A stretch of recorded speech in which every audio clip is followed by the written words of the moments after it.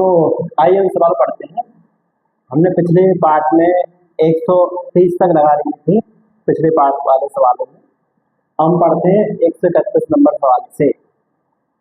यदि 52, 47, 20 वे कह रहे हैं 52, 47, 20 और 19 में से प्रत्येक से x घटाया जाए, मतलब इससे भी x घटाया जाए, इससे भी x घटाया जाए, इससे भी x घटाया जाए और इससे भी x घटाया जाए, तो इस क्रम में प्राप्त संख्या समानुपाती होती। क्या करना है इसमें? आपको दो का अंतर लेना है। कितने का है? 5। 20 और इसमें कितने का अंतर है? 1। और अनुपात इनका अंतर लेने वाला अगर इसमें कट रहा है बेटा तो आप काटिए। दोनों का अंतर कैसा है? प्लस का है। आपको क्या करना है?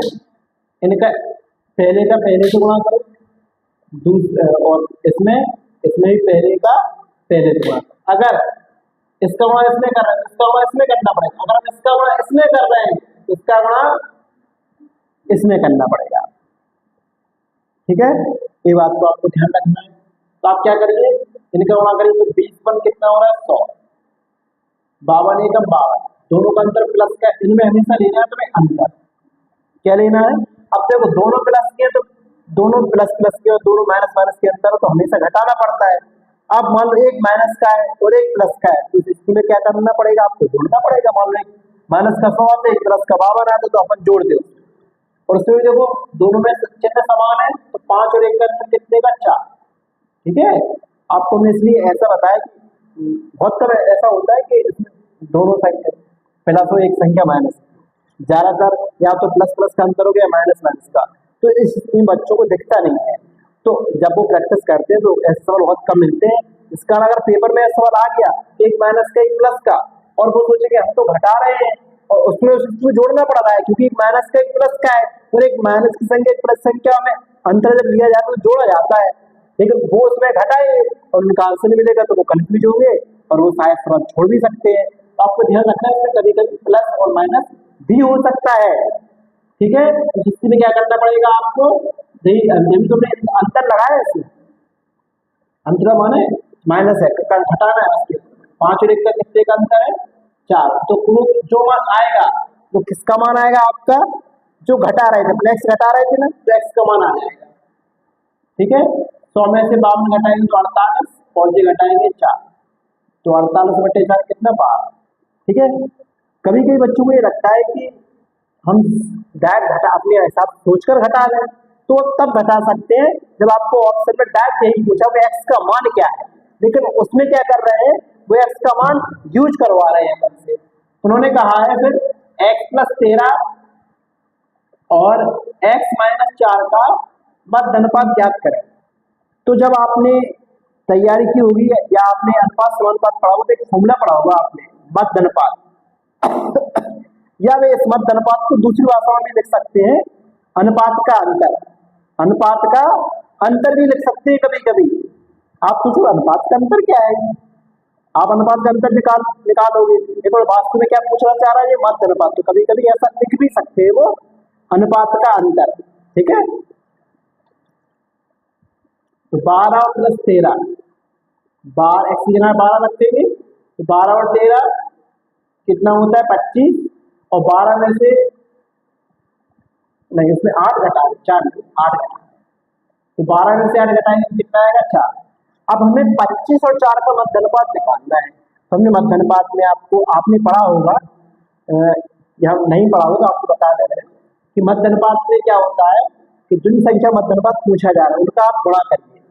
ठीक है, उनका वर्गमूल लीजिए, वही उनका आंसर होता है। तो इसका मध्य अनुपात निकालना है, मध्य अनुपात।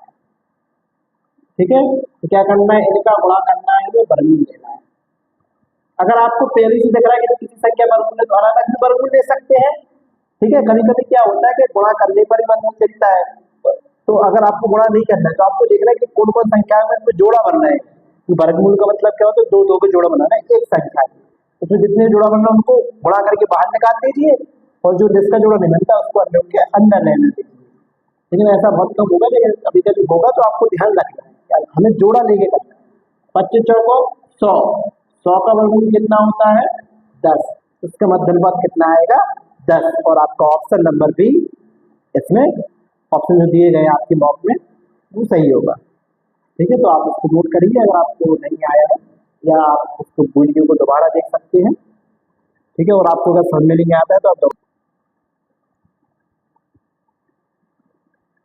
तो इसमें एक सवाल लिखा है, इसमें जो नंबर सिस्टम का सवाल है, थोड़ा अच्छा भी सवाल है, जो आपने छोटी क्लास कक्षा 6 में आपने पढ़े होंगे आप लोगों ने।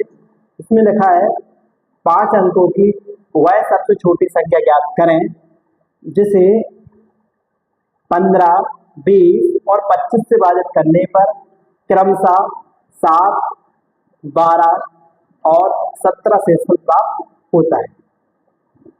तो जब भी यह सवाल आए कि इतनी छोटी छोटी संख्या ज्ञात करें इस बारे में शेषफल बचता है, तो पहले आप क्या करिए, उस संख्या को पता लगाइए कि इनसे कटने वाली संख्या क्या है, इनसे कटने वाली संख्या क्या है। फिर तुम्हें जितना शेष बचाना है, ठीक है, वो कब होता है कि जब जितना शेष बचा उसको जोड़ दीजिए, जब प्रत्येक स्थिति में समान शेष बचे। इस स्थिति में क्या कर रहे हैं कि 15 से भाग देने पर 7 शेष बचे, 20 से भाग देने पर 12 शेष बचे, 25 से भाग देने पर 17 शेष बचे। तो इस स्थिति में क्या करना है, पहले तो इनका आपको अंतर लेना है। इनका भी रीजन होता है, अगर आप पूछना चाहेंगे तो आपको, अगर आप कमेंट करेंगे तो बता भी सकते हैं आपको। ठीक है, कोई दिक्कत वाली बात नहीं है। 15 में 7 घटाएंगे 8, 20 में से 12 घटाएंगे तो भी 8, और 25 में 17 घटाएंगे तो 8।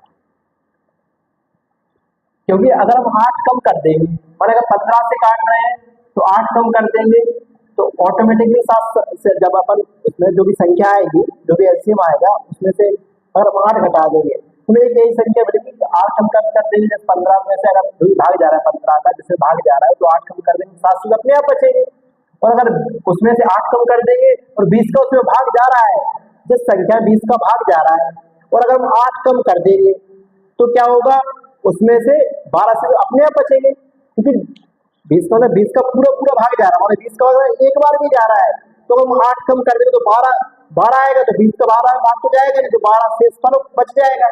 इसीलिए अगर 25 में से हम 8 घटा के रखेंगे तो 25 से वो 8 कम रहेगा, क्या रहेगा, वो 17, तो ऑटोमेटिकली 17 शेषफल आ जाएगा।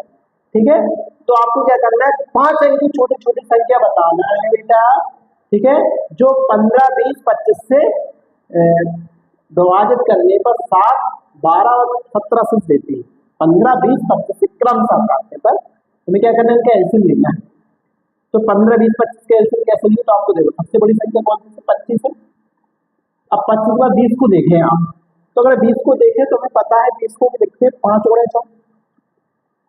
देखो 20 में 5 एक बार और 4 एक बार, और 25 में 5 के बाद 2 बार, और इसमें 5 एक बार शामिल है, एक 5 तो शामिल है, जब 2 बार 5 शामिल, एक बार तो 5 अपने आप शामिल हो जाएगा, लेकिन 4 शामिल नहीं है, क्योंकि एलसीएम का मतलब होता है सब ले लो लेकिन कोई दोबारा नहीं आना चाहिए। 25 में 5 आ चुका है लेकिन 4 नहीं आया। 15 कौन सा हिस्सा शामिल नहीं है, 5 है, 15, 3 और 5, 3 शामिल कर दो, 5 शामिल नहीं है, तो 25 चौका 100 दिया 300। ठीक है, 300 में से हम 8 तब घटाते जब जाके यही पूछा होता है कि वह छोटी छोटी संख्या ज्ञात करो कि 15, 20, 25 से विभाजित करने पर शेषफल क्रमशः 7, 12, 17 बचे। लेकिन ऐसा नहीं पूछा आपको 5 अंक की छोटी संख्या, 5 की संख्या बोलते तो यहाँ पर लिख दो के, फिर करना है मैंने के का ऐसा मन सोचना है कि ऐसा गुणा करें कि हम 10,000 के आसपास पहुंच जाए। तो सुनो, ऐसी स्थिति में क्या करना है, आपको भाग देना है, और जितने की छोटी संख्या 300 से भाग देना, किसमें, कितने की छोटी संख्या पूछी, 5 अंक की छोटी संख्या क्या होती है, 10,000। 10,000 का अगर इसे भाग देंगे 300 दिया 900, फिर बचेंगे 100, एक लिए 0 होते हैं तो दिया 900। ठीक है, तो जितने में भाग जा रहा है, ठीक है, उससे आप एक ज्यादा में भाग दीजिए। जब 33 में जा रहा है भाग, तो इसका मतलब है 300 गुणे 33 करेंगे तो 9900 के पहुंचेंगे। लेकिन आप क्या करो, 300 में एक अंक बढ़ा के गुणा करते हैं, के की जगह पे 33 आ रहा है ना, तो आप कभी 34 से। ठीक है, तो यह संख्या है कि 34 क्या होता है, 102। 10,200 में 200 में से 8 घटाएंगे तो कितना बचेगा, 10,112। ठीक है, तो ये 5 अंक की सब छोटी संख्या है। लिख लीजिए आप लोग।